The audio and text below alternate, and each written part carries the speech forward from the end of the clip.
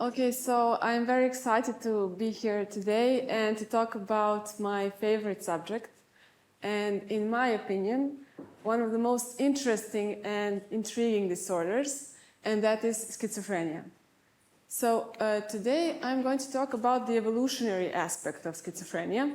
First of all, I'm going to say something about schizophrenia from a clinical perspective. Then I'm going to talk about the evolutionary paradox of schizophrenia and the theories that explain this evolutionary paradox.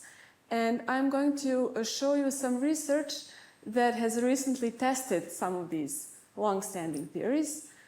And then I will conclude with what we know about schizophrenia from the evolutionary perspective.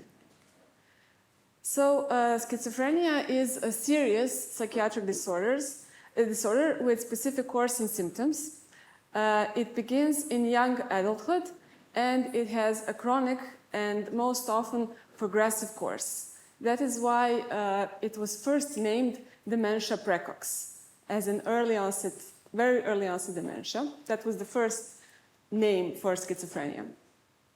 So significant number of patients with schizophrenia cannot live independently. Most of them are, especially in their late years, are on disability pension. And especially in Western society, many patients with schizophrenia are homeless.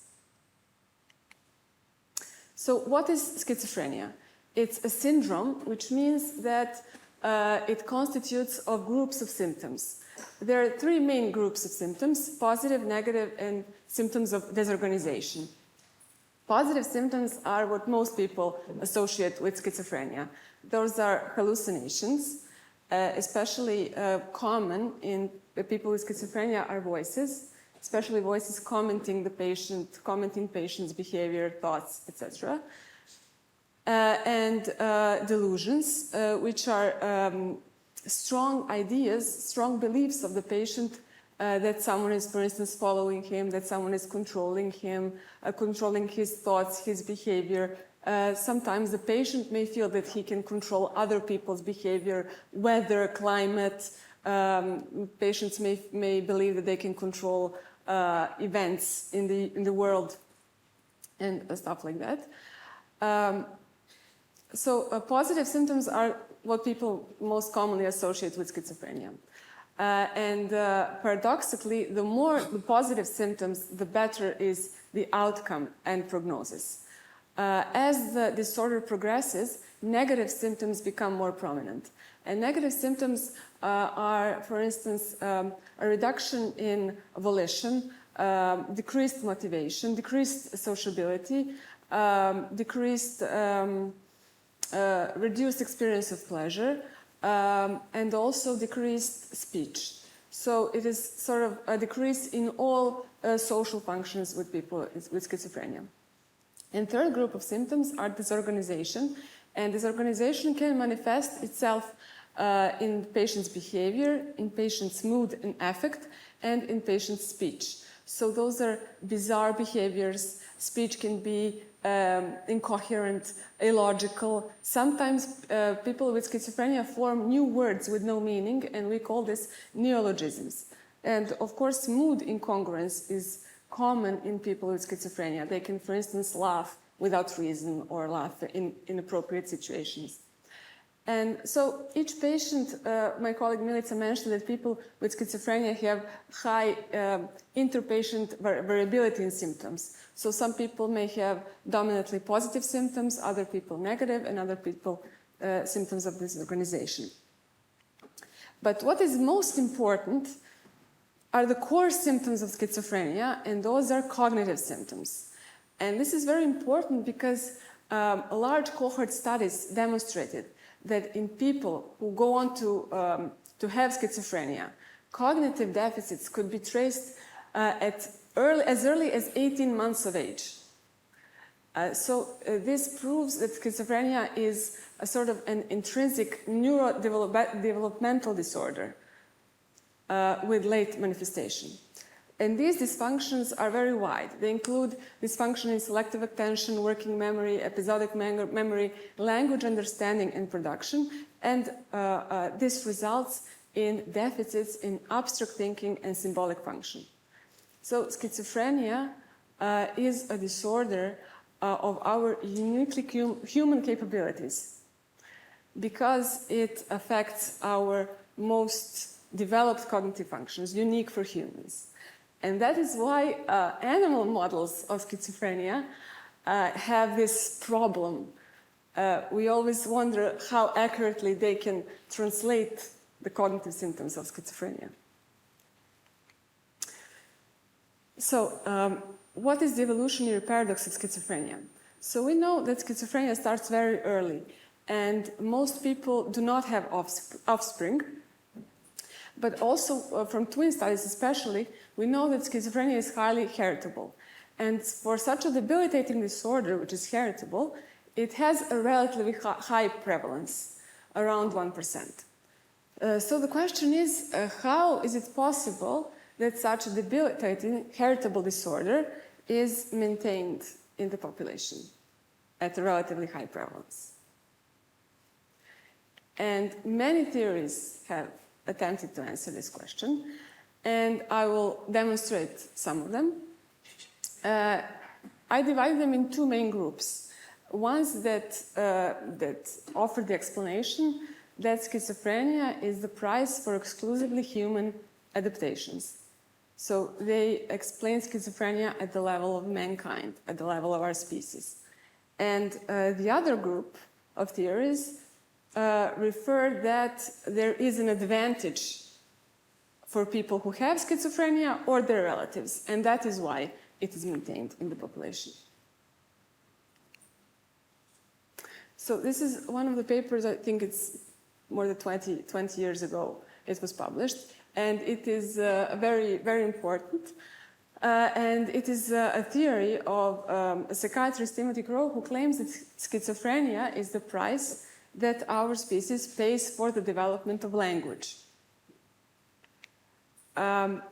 He offers this explanation. So during the evolution of the human brain, there has been an increase in lateralization. So animals also have more lateralized brains, but humans have even more so. So we know that hemispheres differ in the capacity for functions. We know that speech is in the left hemisphere and that the right hemisphere is more for visuospatial organization. And so Timothy Crow offers this explanation. Brain lateralization during evolution made it possible for us to develop the capacity for language. And in patients with schizophrenia, there is this disturbance of lateralization. And evidence for this hypothesis is that studies using fMRI demonstrated that patients with schizophrenia have decreased lateralization of language. They're more commonly ambidextrous, so they have reduced symmetry of the reduced laterality of the hands. And also, these are very interesting studies, that gene losses that are associated with hand dominance are also associated with the risk for schizophrenia, Parkinson's disorder, and Alzheimer's disease.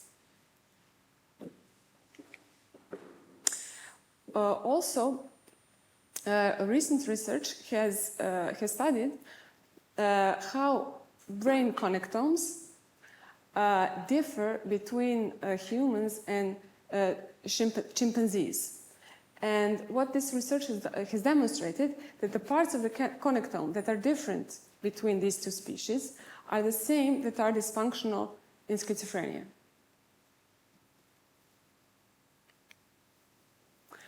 Also, this was, I think, maybe 15 years ago, discovered. Those are the human accelerated regions, are the parts of the DNA that are conserved among vertebrates, but have undergone significantly higher rates of nucleotide substitutions in the human lineage. So these are the parts of the genome that are significantly different in humans compared to, for example, chimpanzees.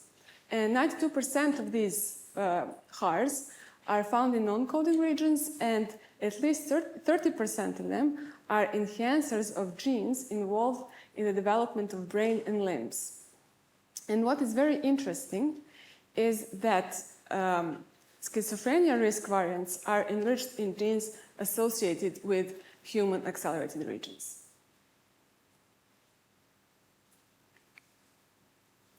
And there are also other genetic loci, apart from the human accelerated regions, that show a similar phenomenon.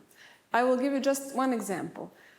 There is a genetic loci on the human chromosome 1, which deletions and duplications of this region are associated with schizophrenia and autism.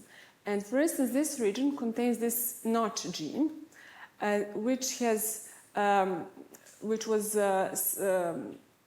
had multiple rounds of duplication and conversion when humans separated from the chimpanzee lineage. And what happened is that this possibly contributed to the expansion of cortical volume, but these duplications made this region vulnerable to duplications and deletions. So therefore, this is an example of how their notch gene represents a trade-off between increased cortical size and a vulnerability for duplication and deletion syndromes. And there are other similar examples. I have listed here several genes which I have found to behave similarly. So these are the research that prove the theory that schizophrenia is a trade-off for human evolution. But can schizophrenia be an advantage either for the person with schizophrenia or for the relatives that also carry schizophrenia risk variants? Well, first of all, if we consider the traditional Darwinian fitness measure, and that is fecundity, we definitely know that patients with schizophrenia do not have increased fecundity. And research has also found that the relatives of patients do not have more offspring than the general population. So that is not an adaptive advantage in these terms. We can ask, do relatives with people with schizophrenia have some cognitive advantage? And the answer is also no, because studies demonstrated that relatives of patients also have decreased cognitive function. They're somewhere in the middle between healthy persons and patients with schizophrenia. Some studies show that schizophrenia polygenic risk score is associated with increased education, but I will explain that later. And of course, creativity. Does schizophrenia offer some advantage in the terms of creativity? Well, this is interesting because higher schizophrenia polygenic risk score is associated with artistic society membership or creative profession. And what is interesting is that not all artistic disciplines have the same association with schizophrenia. There was this large Swedish, of course, cohort study that showed that teenagers who go on to study artistic subjects are at increased risk for hospitalization for schizophrenia, but only those who study core artistic subjects with core creativity, such as painting, visual arts, but not those who study artistic subjects that focus on interpretation, for instance, dance. And there is also one thing I didn't want to overload my presentation, but creativity is a really a specific and very hard thing to study because we cannot study creativity directly. Most studies use proxies such as divergent thinking tests and something like that. But what is interesting when we study the creative output, another disorder that has recently been shown to be associated with creativity in visual sense, such as painting, is frontotemporal dementia. So there is some perhaps link about that. And then we have recent studies from the domain of evolutionary genetics that have studied the evolutionary signature of schizophrenia risk genes. And what one big study, JIVA study, showed is that common schizophrenia genes common schizophrenia risk alleles are maintained in the gene pool because of background selection. So they're not favored by natural selection, but they stay in the population gene pool because they're not recognized by natural selection, because they're mildly deleterious. So they're not very damaging, they're mildly damaging. This is because when natural selection eliminates highly damaging alleles, this causes a reduction of variability. And reduced genetic variability decreases the power of natural selection. And when it comes to highly damaging schizophrenia risk genes, then mutation selection balance can explain their maintenance in the gene pool. So damaging alleles are removed by natural selection, but at the same time, de novo mutations arise continuously, and that is how they stay.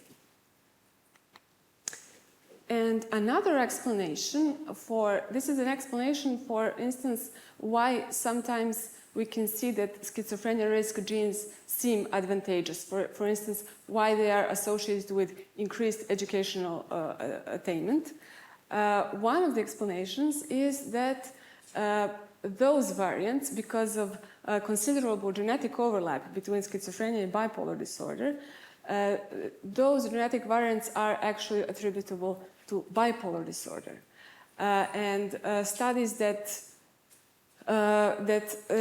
single out only schizophrenia risk genes do not show increased educational attainment. So schizophrenia is a very heterogeneous disorder, and in the phenotypes or intermediary phenotypes might be more useful in exploring the genetics and evolutionary genetics of schizophrenia. And always when you talk about schizophrenia, when you talk about any psychiatric disorders, environmental factors also play a very important role. And what we know now is that one of the major environmental factors, risk factors for schizophrenia, are urbanicity, poverty, migrant status, especially the status of a visible minority, and also a very important risk factor is cannabis. So to conclude, according to recent research, schizophrenia cannot be considered as a phenomenon that increases individual fitness, and it is probably a trade-off or a price for the specific evolutionary process of our species. But what is important and what comes to mind, that this price is paid by only a few people, not all of us. Thank you.